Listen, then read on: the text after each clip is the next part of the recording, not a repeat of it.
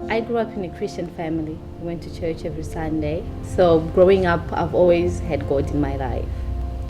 But I moved here when I was 16 and I kind of lost my relationship with him. I was brought up in a family of Christians. Growing up and stuff like that, it was like everything we did, church, prayer and stuff like that, I was sort of obliged to do it in a way because everyone else in the family did it. And I must say, I didn't really have a personal, intimate relationship with God. I used to go to Sunday school and things when I was younger, but never really had anyone in my life that told me I could have a relationship with God.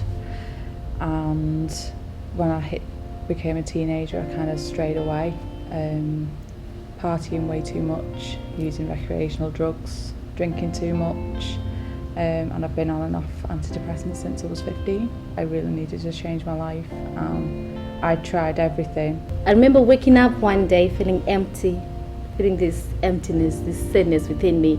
Tried to fill it with other things, but it never helped. Finally, I decided, let me go back to God. And I did. I was really ill in January, and having 2 weeks in bed gave me a lot of time to think. And I decided that who am I to stop my boys having the opportunity to know God, because I was running away from my own fears. Dave Cadman invited me to Coram Deo 2006. During the discourse of that week, we just went into praise and worship, and I just let go from all my fears and stuff.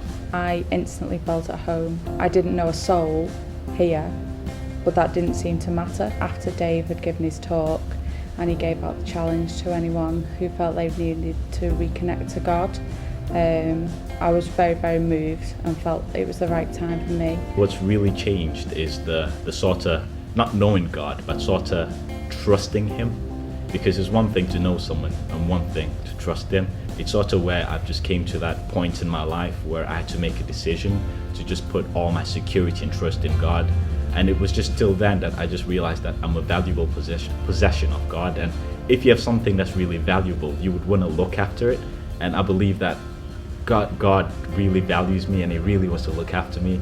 Since I've been coming here, I feel better about who I am, and I've been off antidepressants now since the February, and I've been able to cope even through my grandfather's death in May and my husband becoming really ill and disabled. And I've done that all because God's loved me, helped me. I think I'm more secure within myself. I know God made me the way I am, and I know He loves me unconditionally. So I've learned to accept myself. Maybe before I would criticize myself more, but I've learned that I'm me for a reason. And I don't have that emptiness anymore. I've got peace.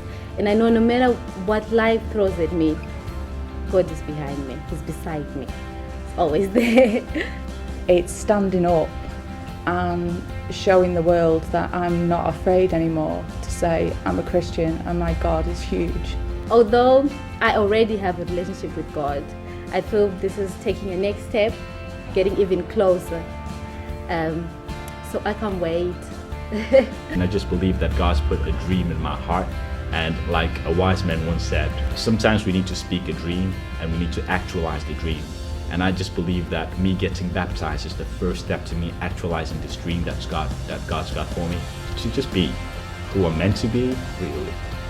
Because I believe in where I'm going and not where I'm from.